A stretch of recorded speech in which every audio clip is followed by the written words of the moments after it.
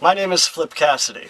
I've been the full-time curator-caretaker here at East Jesus since mid-August, so that's a little over 3 months at this point, but I've been involved with this place for the last 7 years. East Jesus was started by a man named Charlie Russell a little over 10 years ago at this point.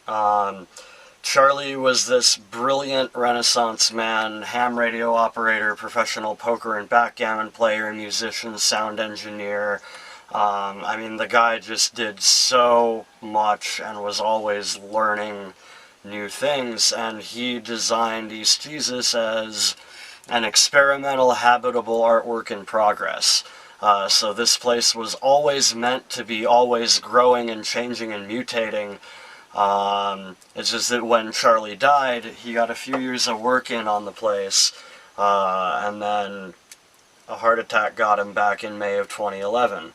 And from there it became an effort by people that Charlie and this place had magnetized and who loved it so much that they came together to basically make sure Charlie's legacy didn't die with him, and to be able to preserve this and continue what Charlie started. I got to know Charlie for about a year before he passed away, but that was a pretty life-changing year, getting to know Charlie and getting to know East Jesus. I built the TV wall, which has been featured in a lot of different music videos and documentaries and Instagram posts.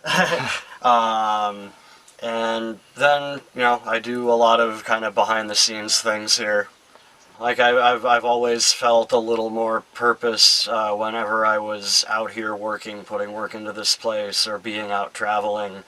You know, just not gaining traction in Los Angeles in the way I had wanted to has kind of pushed me enough in another direction at this point in my life. We are part of Slab City. Like, this is all Slab City, and East Jesus is within that.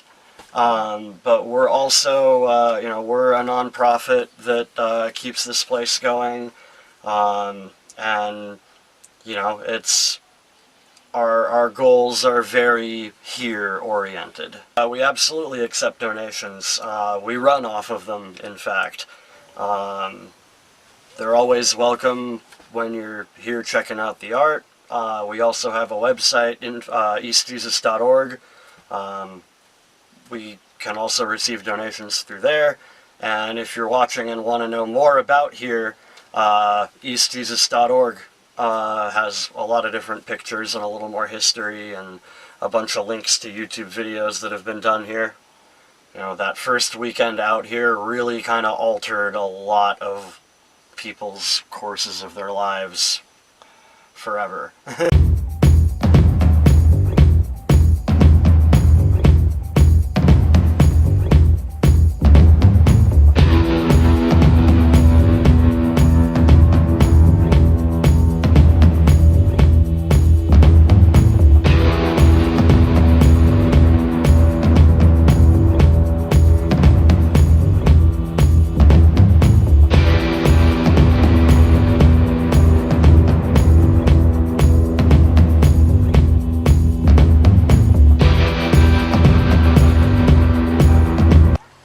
Ladies, are you not afraid of sleeping on the ground?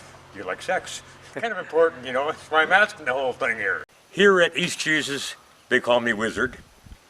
My other name, the name I live by, is Mopar, M-O-P-A-R. The name I was given at birth was Michael Nelson. And so I am probably all these different personalities. How long have you been here at EJ? Off and on for about 7 or 8 years. I can tell you with certainty that almost everyone here is insane. I haven't spent an entire summer here, even though I am insane.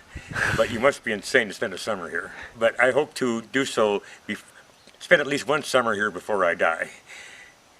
In fact, probably will be the summer I do die. Slab City and the surrounding area is a power vortex, a place of power. It has been around since before I was born. It's been around. has gone through changes. At Slab City here is an entity unto itself. It's a living entity. I'm quite serious. It is a living entity unto itself. It's a consciousness. We have, in truth, we have nurtured it and tried to keep it as low profile as we could. 2008, a movie came out named Into the Wild, which kind of put this place more on the map. Have you seen a huge flow of increase since that year? Not so much after, more so from the other documentaries that have been made. Bear in mind, actually Chandler, the guy in Into the Wild, he never came here. He never came here. He went to a place called Oh My God Hot Springs, which is now closed up. A big fence around it. So the movie makers had to find someplace else to go. So they came here. But actually, no, he was never here. And we are, in our present society, we can be nomadic across, across the world. I haven't read it, but I have a friend, and they may have a copy at the library. It's called Squat the Planet. It's a book on how to travel very cheap, all over the planet. I haven't read the book, so I can't endorse it, but I do want a copy of it. Called Squat the Planet. Matt Derrick, the guy's name. Right now, I'm trying to find people who are like on disability. They get about $700 a month from the government for disability checks. With that amount of money, I could show them how to live unbelievably well in Southeast Asia, and they wouldn't have to have Section 8 housing, and they wouldn't need food stamps. And if there's one person who says, hey, I qualify, and yes, I have a passport, or I can get a passport. Actually, even if you're a felon, you can still get a passport as long as you haven't gotten busted for taking drugs across a border. Okay, all you felons, if you aren't on paper, you're good to go. I would tell people that when I was young, I worked at a nursing home, and I was an amateur sociologist, and I had cumulatively thousands of years of experience, because I had, perhaps 100 patients in this nursing home, and they were all dying, and they all had some different socioeconomic backgrounds.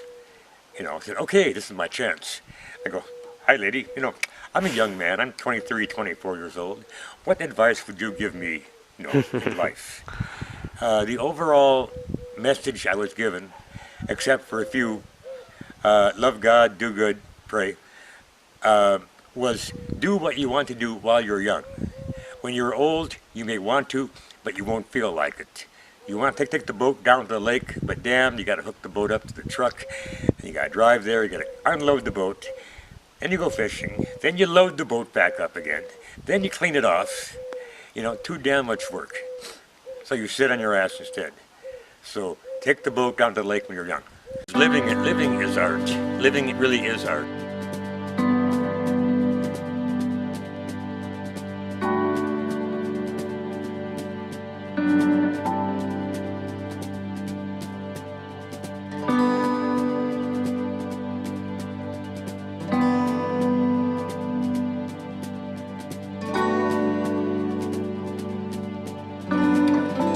Living is art. Living really is art.